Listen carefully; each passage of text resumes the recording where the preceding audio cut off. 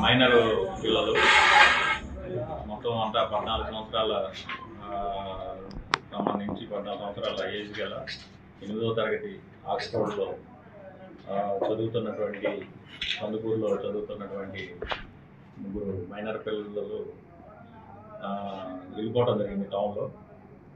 ఇది మనకి 7వ తారీఖున సాయంత్రం ఈ పిల్లలు స్కూల్కి వెళ్ళేసి ఆక్స్ఫోర్డ్ స్కూల్కి వెళ్ళి తర్వాత సాయంత్రం మళ్ళీ వచ్చి స్టడీ అవర్స్ తర్వాత 7:30 ప్రాంతంలో బయటికి వెళ్ళిపోయారు.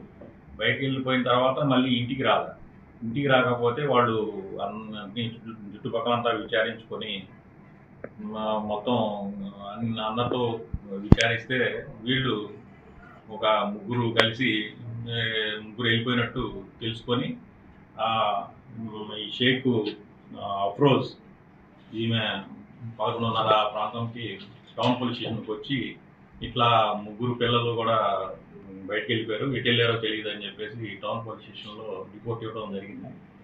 దీని మీద ఇమీడియట్గా యాక్షన్ అనేది తీసుకొని అది ఇమీడియట్గా ఇన్ఫర్మేషన్, ఎందుకంటే ముగ్గురు మైనర్ పిల్లలు ఎటు వెళ్ళారో తెలియదు అనే విషయం మీద ఇమీడియట్గా ఈ ఇన్ఫర్మేషన్ని అలాగే టౌన్ ఎస్ఐ సిఏ గారు నాకు తెలియజేశారు. అలాగే మన నెల్లూరు ఎస్పీ గారు శ్రీమతి అనితా వేగండ్ల ఐపీఎస్ గారికి కూడా తెలియజేసి ఇమీడియట్గా మేడం గారి ఆదేశాల మేరకు 2 టీమ్స్ని ఏర్పాటు చేయడం జరిగింది. సిఏ గారు అన్వర్ భాష, అలాగే టౌన్ ఎస్ఐ నాగరాజు ఆధ్వర్యంలో 2 టీములను ఏర్పాటు చేసి ఇమీడియట్గా దానికి సంబంధించి ఎక్కడికి వెళ్ళారు అనేది చూసుకొని బయటికి వెళ్ళే దానికి సంబంధించి సీసీ ఫుటేజీ, అలాగే ఎక్కడన్నా బస్ స్టాండ్లో కానీ రైల్వే స్టేషన్లో కానీ వెళ్ళారనే ఉద్దేశంతో ఇవన్నీ కూడా వెరిఫై చేయడం జరిగింది. దానికి సంబంధించి సింగరాయకొండ బస్ స్టాండ్లోను అలాగే మన కందుకూరు బస్ స్టాండ్ ఇవన్నీ కూడా వెరిఫై చేసి ఒక టీము ఈ నాగరాజు ఎస్ఐ గారి టీము తిరగడం జరిగింది. ఆ తర్వాత ఈ సిమ్ అనేది ఒకటి తల్లి దగ్గర నుంచి ఒక సిమ్ వాళ్ళలో కుర్రవాడు తీసుకెళ్ళాడు కాబట్టి తీసుకెళ్ళి దాన్ని వేరే దాంట్లో యూజ్ చేస్తూ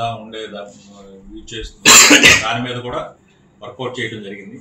దాని మీద అసలు పిల్లలు ఏ బస్సులో వెళ్ళారా, ట్రైన్లో వెళ్ళారా, ఎటు వెళ్ళారు అనేది విషయం అసలు పూర్తిగా తెలియనటువంటి పరిస్థితుల్లో దాని మీద వర్కౌట్ చేసి దాని మీద లొకేషన్స్ పెట్టుకొని చూస్తే మొత్తానికి వాళ్ళు జర్నీలో ఉన్నట్టు తెలిసింది. దాని మీద ఇమీడియట్గా ఎస్ఐ గారిని పంపిస్తే మొత్తం గుంటూరు బస్ స్టాండ్ అలాగే విజయవాడ బస్ స్టాండ్ అన్ని వెరిఫై చేసుకుంటా ఆ తర్వాత నైట్ మొత్తం వర్కౌట్ చేస్తే ట్రైన్లో వాడు వైజాగ్ వైపు వెళ్ళే ట్రైన్లో వెళ్తున్నట్టు గుర్తించి అక్కడి నుంచి జిఆర్పి స్టేషన్స్లో ఉండేటువంటి జిఆర్పి వాళ్ళని అలాగే ఆర్పిఎఫ్ స్టేషన్స్లో ఉన్నటువంటి ఆర్పిఎఫ్ వాళ్ళతో కోఆర్డినేట్ చేసుకొని కంటిన్యూగా నైట్ అంతా వర్క్ చేసి వాళ్ళని ఏ ట్రైన్లో వెళ్తున్నారనేది కూడా కరెక్ట్గా తెలియదు. వైజాగ్ వెళ్ళే ట్రైన్స్ కనీసం 15 ట్రైన్లు ఉన్నాయి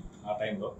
దాని మీద వర్కౌట్ చేసుకొని ఆ ట్రైన్ ఏ టైంలో అయితే లొకేషన్లో ఆ ట్రైన్ ఉన్నదో దాన్ని బట్టి వర్కౌట్ చేసి ఆ కన్సర్న్ ఆర్పిఎఫ్ వాళ్ళ సహకారంతో ట్రేస్ చేయడం జరిగింది. మళ్ళీ 8:30 ఆ ప్రాంతంలో అనకాపల్లిలో ట్రేస్ చేయడం జరిగింది. అనకాపల్లిలో ఆర్పిఎఫ్ వాళ్ళ ఆధ్వర్యంలో వాళ్ళని ట్రేస్ చేసి వాళ్ళని అనకాపల్లి పోలీస్ స్టేషన్లో అనకాపల్లిలో పెట్టడం జరిగింది. దీంట్లో ఇమీడియట్గా జర్నీలో ఉన్నటువంటి టౌన్ ఎస్ఐ గారు అనకాపల్లి వెళ్ళి అక్కడి నుంచి పిల్లలందరినీ కూడా ముగ్గురిని కూడా తీసుకురావడం జరిగింది. నైట్ టైము తెల్లవారుజామున 1 గంటకి తీసుకురావడం జరిగింది. ఇది మైనర్ పిల్లలు అలాగే ఎలాంటి క్లూ లేకుండా మరి వర్కౌట్ చేసి వాళ్ళ అందరినీ కూడా 9 గంటల్లో వాళ్ళని ట్రేస్ చేసి పిల్లల్ని అనకాపల్లి నుంచి తీసుకుని వచ్చినటువంటి ఈ టీమ్స్ 2 టీమ్స్ వర్కౌట్ నైట్ అంతా వర్క్ చేసినటువంటి టీమ్స్కి ఎస్పీ గారు అభినందనలు తెలియజేశారు. అలాగే వాళ్ళ తల్లిదండ్రులకి నైట్ తెల్లవారుజామున వాళ్ళందరికీ కూడా అప్పచెప్పడం జరిగింది పిల్లలను కూడా. ఇంకా దానికి కష్టపడి పనిచేసినటువంటి సిబ్బందికి అందరికి కూడా ఎస్పీ గారు అభినందనలు తెలియజేయడం జరిగింది. ఏ ప్రాంతం వాళ్ళు సార్ వీళ్ళు పిల్లలు? టౌన్ వాళ్ళ తల్లిదండ్రులు వాళ్ళు మాట్లాడారు. తప్పిపోయిన ముగ్గురు పిల్లలు ఒక పేరెంట్ సార్. ఆ రోజు నైట్ 11 వరకు టౌన్లోనే మేము పర్సనల్గా అందరము బంధువులు, రిలేటివ్స్, ఫ్రెండ్స్ సర్కిల్తో తిరిగాము. టౌన్లోనే ఉండుంటారు, బయటకు వెళ్ళరు అన్న ఒక ఇంటెన్షన్తో. కానీ 11 తర్వాత సిచ్యువేషన్ మారిపోతుంది అన్న ఒక ఇంటెన్షన్తో టౌన్ పోలీస్ స్టేషన్కి వచ్చి నేనే కంప్లైంట్ ఇచ్చాను సార్. ఇలా ముగ్గురు పిల్లలు స్టడీ అవర్స్ నుంచి కనిపించలేదు అని. ఇమ్మీడియట్గా సిఐ గారు రెస్పాండ్ అయ్యారు సార్. నాతో మాట్లాడారు, యాక్షన్ తీసుకున్నారు. అప్పటికప్పుడు హాఫ్ అన్ అవర్లోనే 2 టీమ్స్లా డివైడ్ చేసుకున్నారు. అక్కడి నుంచి వెళ్ళారు. మాకు అప్డేట్ అన్నీ ఇస్తూనే ఉన్నారు. మాకు ఎర్లీ మార్నింగే పిల్లలు ఒక ప్లేస్లో ఉన్నారు, మేము ఖచ్చితంగా తీసుకురాగలము అని చెప్పి ధైర్యం చెప్పారు. అనుకున్న విధంగా అదే వాళ్ళు ఇన్ టైంలో పిల్లల్ని తీసుకొచ్చారు sir. Thank you sir. Normal బిహేవియర్తో ఉన్నారు.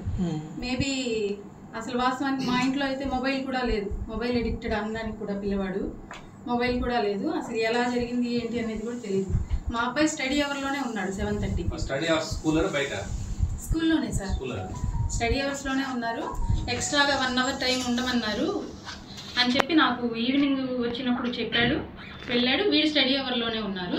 ఆ మిగతా 2 పిల్లలు స్టడీ అవర్కి రాలేదు అని చెప్పి సార్ వాళ్ళు చెప్పారు. నాకు 7:30 ఆ ప్రాంతంలో ఈ 2 పిల్లలు వచ్చి స్టడీ అవర్లో నుంచి మా వాళ్ళు లోపల ఉంటే వీళ్ళు బయట నుంచి సైకిల్ చేసి పిలిపించారంట. వీడు సార్ ఒక 5 మినిట్స్ బ్రేక్ తీసుకుంటాను అని చెప్పి బయటకు వచ్చాడు. ఇంకా దాని తర్వాత వీడు లోపలికి వెళ్ళలేదు. ఈ సార్ వాళ్ళు ఇమీడియట్గా ఏం చెప్పారంటే నాకు కాల్ చేశారు. 7:45 ఆ టైంలో స్కూల్ మేనేజ్మెంట్ వాళ్ళు కాల్ చేశారు. అమ్మ, మేము స్టడీకి 8:30 వరకు కూర్చోబెట్టాలనుకున్నాము. ఇలా 2 పిల్లలు వాళ్ళిద్దరూ స్టడీకి రాలేదు, మీ వాడిని బయటికి తీసుకెళ్లారమ్మా అని చెప్పి నాకు కాల్ చేశారు. కాల్ చేస్తే మీరు ఇంటికి వచ్చాక వాడు స్టడీలో ఉన్నాడని చెప్తాడా లేదా బయటికి వెళ్ళారని చెప్తాడా అనే విషయాన్ని మీరు నిదానంగానే అడగండి, రేపు స్కూల్లో మాట్లాడదామని చెప్పి వాళ్ళు ప్రాపర్గానే రియాక్ట్ అయ్యారు. పేరెంట్తో ఎలా రియాక్ట్ అవ్వాలో వాళ్ళు అలాగే రియాక్ట్ అయ్యారు. తర్వాత 8:30 వరకు వెయిట్ చేశాము. ఇంకా 8:49 తర్వాత వీళ్ళు రాలేదు.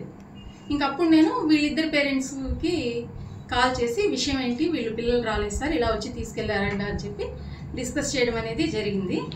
ఇంకా దాని తర్వాత మేము లోకల్లోనే వీళ్ళు అంత ధైర్యం చేసి వెళ్ళరు. అది కాకుండా మనీ ఇంట్లో అవైలబుల్గా ఉంచాం. మా ఇంట్లో వీడి దగ్గర డబ్బులు లేవు. స్నాక్స్ కూడా ఇంట్లో ఏదన్నా తీసుకొస్తేనే తీసుకెళ్ళాలి ఇంట్లో నుంచి. ఇంకా ఆ ఇంటెన్షన్తో డబ్బులు లేవు కాబట్టి వీళ్ళు మహా అంటే టౌన్లో ఏమన్నా ఈ స్టడీస్ ప్రెషరు వీటి వల్ల ఏమన్నా స్కూల్ ఎగ్గొట్టాలి అన్న ఇంటెన్షన్తో ఏమన్నా ఎక్కడన్నా ఉందామో అని అనుకున్నారేమో అన్న ఆలోచనతో వాళ్ళు ఎక్కడికి వెళ్ళరని చెప్పి గ్రౌండ్స్, వీళ్ళు ప్లే జోన్స్, మన అవైలబుల్గా ఉన్న పార్కులు ఇవన్నీ కూడా మేము పర్సనల్గా మా ఫ్యామిలీ ఫ్రెండ్స్, ఫ్యామిలీ మెంబర్స్ వీళ్ళందరూ ఆల్మోస్ట్ 3 పేరెంట్స్ ఇన్వాల్వ్ అయ్యి సెర్చ్ చేశారు. తర్వాత ఎప్పుడైతే ఈ టైం ఎక్స్టెన్షన్ అవుతా ఉందో అప్పుడు సిచ్యువేషన్ అవుట్ ఆఫ్ కంట్రోల్ అవుతుంది అన్న యాక్చువల్గా వాళ్ళిద్దరూ వచ్చారంట టౌన్ స్టేషన్కి నాకన్నా ముందు. కానీ సీసీ ఫుటేజ్లు అనే టైం ఎక్స్టెన్షన్ అయ్యే కొద్దీ టెన్షన్ ఎక్కువైపోయి ఎక్కువ టీం ఉంటే కొంచెం త్వరగా ప్రాబ్లమ్ని ఐడెంటిఫై చేయడానికి పాసిబిలిటీ ఉంటుంది కదా అన్న ఉద్దేశంతో నేను ఇంకా డైరెక్ట్గా నేనే సిఐ గారిని అప్రోచ్ అయ్యి సార్ జరిగిన విషయం ఇస్తారని చెప్పి చెప్పగానే ఇమ్మీడియట్గా రియాక్ట్ అయ్యారు సార్. ఎవ్వరూ నిద్రపోలేదు. ఆ టీంలో ఉన్న వాళ్ళు ఎవ్వరూ ఎక్కడ ఒక్క సెకండ్ టైం కూడా వేస్ట్ చేయలేదు. ఎస్ఐ గారు కూడా చాలా కష్టపడ్డారు సార్. చాలా పర్సనల్గా నేను ఎస్ఐ గారికి కూడా థ్యాంక్స్ చెప్పుకుంటున్నాను. సిఐ గారు ప్రతి నిమిషం ఎవ్రీ సెకండ్ అప్డేట్ తీసుకుంటానే ఉన్నారు. ఈ టీంలో ఎవరెవరైతే పిల్లల్ని ఇంటి దాకా చేర్చడానికి సహాయపడ్డారో, కష్టపడ్డారో అందరికీ మా 3 పేరెంట్స్ తరఫున నేను ప్రత్యేకంగా ధన్యవాదాలు తెలుపుకుంటున్నాను. చాలా థ్యాంక్ యూ సార్. డిఎస్పీ గారికి కూడా ప్రత్యేకంగా thank you sir. Local to global news at your fingertips. మీ చేతిలో ఒక ఆయుధం. Download Raw TV app. Media legend Ravi Prakash is back.